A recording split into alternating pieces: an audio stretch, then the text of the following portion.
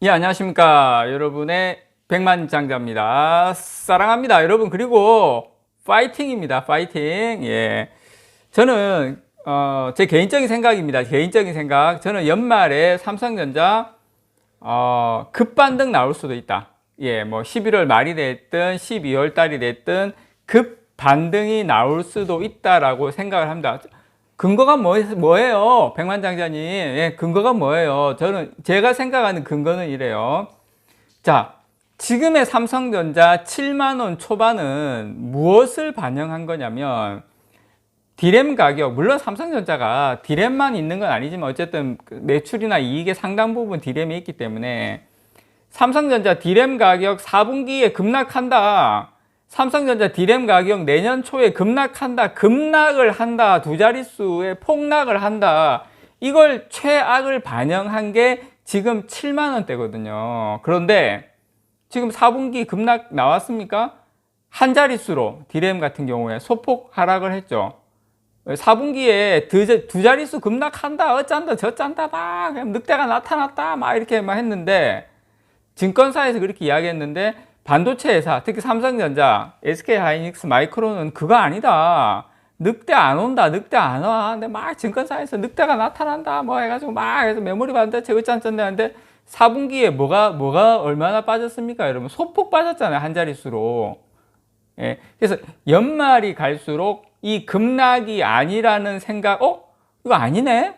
안 빠지네? 이렇게 갈수록 급 반등할 수 있다. 저는 개인적으로 그렇게 생각합니다. 그리고 지금 4분기 가서, 예, 물론 서버 쪽하고 PC 쪽은 좀 빠졌지만, 지금 모바일 쪽 디램은 소폭 상승했거든요. 가격이. 예, 이런 디테일한 거 여러분 여기서 들을 수 있습니다. 야, 저도 제가 이 말하고도 좀 쑥스럽네. 자, 그래서 지금 4분기 모바일 쪽 디램은 아주 소폭 상승을 하고 있다. 그리고 제가 요 말씀을 좀 드릴게요, 여러분. 자, 일단 요거 보시면, 일단 저희 구독자분께서 DDR5 출시 관련한 의견도 다뤄주셨으면 합니다. 예, 제가 요거 다뤄드리도록 하겠습니다. 조금 이 DDR5를 오늘은 이것만, 예, 아주 심층적으로 그냥 뭐 뉴스에 있는 거 뭐 그냥 이렇게 읽고 이런 게 아니라 여러분들에게 좀 고퀄리티로 하나하나 설명을 드릴게요. 자, 요걸 보시면, 예, 이게 바로 서버용 디램입니다. DDR5를 이해하기 위해서는 서버용 디램을 이해를 해야 돼요. 우리 뭐 서버하고 그밖에 있지 않습니까? 어차피 모바일 쪽은 뭐 따로 정해진 거고, 자, 모바일 쪽은 딱 이렇게 세팅이 돼 있잖아요. 그렇기 때문에 그거는 크게 이야기할 게 없고, 자, 이제 PC하고 서버인데, 자, 서버를 먼저 제가 말씀을 드리면 바로 이제 또 PC 쪽도 말씀을 드릴게요. 지금 일본의 현물가도 지금 떴거든요. 다 말씀을 드릴게요. 자, 내년도 우리가 뭘 봐야 되냐면, 자, DDR5 이야기 나오면 뭐 내년도 좋아진다더라. 그것 갖고는 안 돼요, 여러분. 뭘 보셔야 되냐면, 자, 내년도 4분기에 서버용 디램의 지금 마켓시어 침투율이 얼마가 되냐면 30%입니다, 여러분. 30%.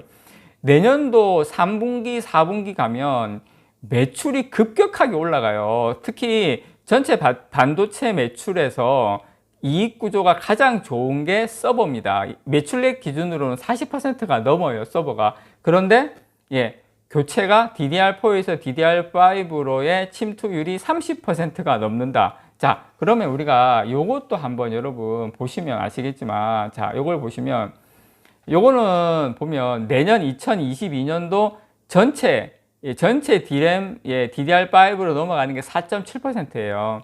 무슨 말이냐면, 예, PC 쪽보다는 서버 쪽이 훨씬 침투율이 높다라는 겁니다. 그래서 수익 구조에서 상당 부분, 예, 크게 차지한다. 뭐가? 서버가. 그래서 내년 하반기로 갈수록 실적이 팡팡 튄다. 삼성전자 60조 나온다는 근거가 바로 여기 있는 겁니다. 내후년은 무조건 60조 넘죠. 자, 이게 바로 삼성전자 내년에, 예, 서버 쪽에 DDR4에서 DDR5로 넘어가는 부분입니다. 자, 그러면 여기서 또 제가 핵심을 하나 또 포인트를 또 집어 드려야 되겠죠. 자, 그러면 DDR4가 가격이 빠진다는데 DDR4가 정말 빠질까? 우린 또 그런 거에 대한 또 의문을 가져야 되지 않습니까, 여러분? 자, 제가 요 서버 쪽을 지금 다시 이거 보여드리면서 여러분 어떻습니까? 내년으로 갈수록 서버용 DRAM 침투율이 전망치가 올라가죠. 자, 이게 DDR5를 여러분 DDR5를 무에서 유로 DDR5로 가는 게 아니라 그 공급 측면에서 보면 메모리 업체들이 DDR4의 생산 시설을 DDR5로 전환하면서 어떻게 됩니까? DDR4를 DDR5로 전환하면 당연히 DDR4 생산량이 줄어들죠. 무슨 말이냐면 급격한 하락이라고 이야기를 하는데 지금 이제 PC용이 이미 나왔기 때문에 DDR4에서 DDR5로 전환이 급격하게 일어나면 DDR4 생산량도 줄어들기 때문에 그렇게 우리가 생각하는 그렇게 어마무시한 우려가 되는 DDR4의 급락은 없습니다, 여러분. 자, 요거 보시면 이게 지금 일본 쪽이거든요. 뭐 제가 일본 쪽이라고 해서 일본을 사랑하고 뭐 이런 거 아닙니다, 여러분. 오해하지 마세요. 예.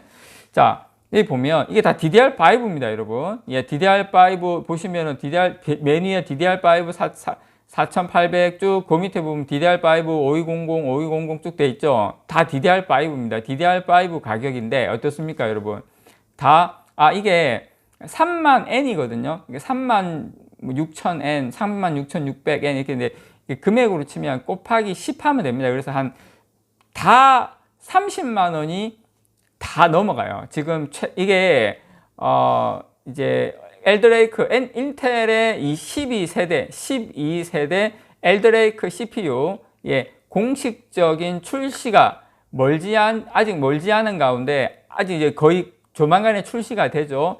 이제 일본 시장에서 DDR5 메모리의 가격이 공개가 됐어요. 자, 요 가격으로 출시가 된다는 겁니다. PC 쪽인데. 근데 지금 이미 라인이 DDR4에서 DDR5로 라인이 돌아가고 있는데 이제 라인을 없애고 있는데 이게 급격히 내년에 일어나면 내년 1분기, 2분기 라인 세워가지고 야야야 DDR4 라인 세워 없애 그게 급격히 내년 1분기, 2분기에 일어나면 DDR4는 포대로 물량이 줄어들고 어떻습니까? DDR5는 DDR5대로 특히 서버 쪽은 팡팡 늘어나고 이렇게 되면 양쪽 다 공급이 타이트할 수가 있다. 이렇게 되면 어떻게 됩니까? 가격은 당연히 오르죠. 이걸 보라는 겁니다.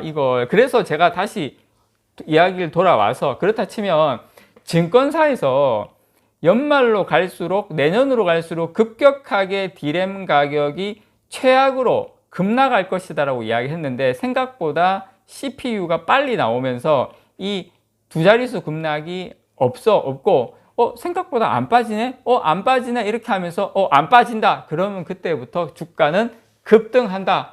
그 시나리오대로 갈 확률이 저는 상당히 커져가고 있다. 저는 그렇게 생각합니다. 그리고 어쨌든 DDR5 시장이 열리면 삼성전자하고 SK하이닉스가 주도할 겁니다. 왜냐하면 지금 14나노미터 공정에서 EUV 극자외선을 적용한 DDR5를 양산하는 것은 물론 SK하이닉스도 그 DDR5 그렇게 하고 있지만 결국 EUV로 적용해 가지고 완전 모든 제품에서 그렇게 할 수 있는 것은 삼성전자밖에 없어요. 저는 제가 다음에 기회가 되면 이 말씀도 드리겠지만 정말 삼성전자가 중국에 공장을 투자할 때 그 히스토리도 좀 있거든요. 그건 제가 다음번 기회 때 말씀을 드릴게요. 자, 중국 공장에 삼성은 낸드를 넣고 SK하이닉스는 D램을 넣었어요. 삼성은 신의 한 수를 한 거죠.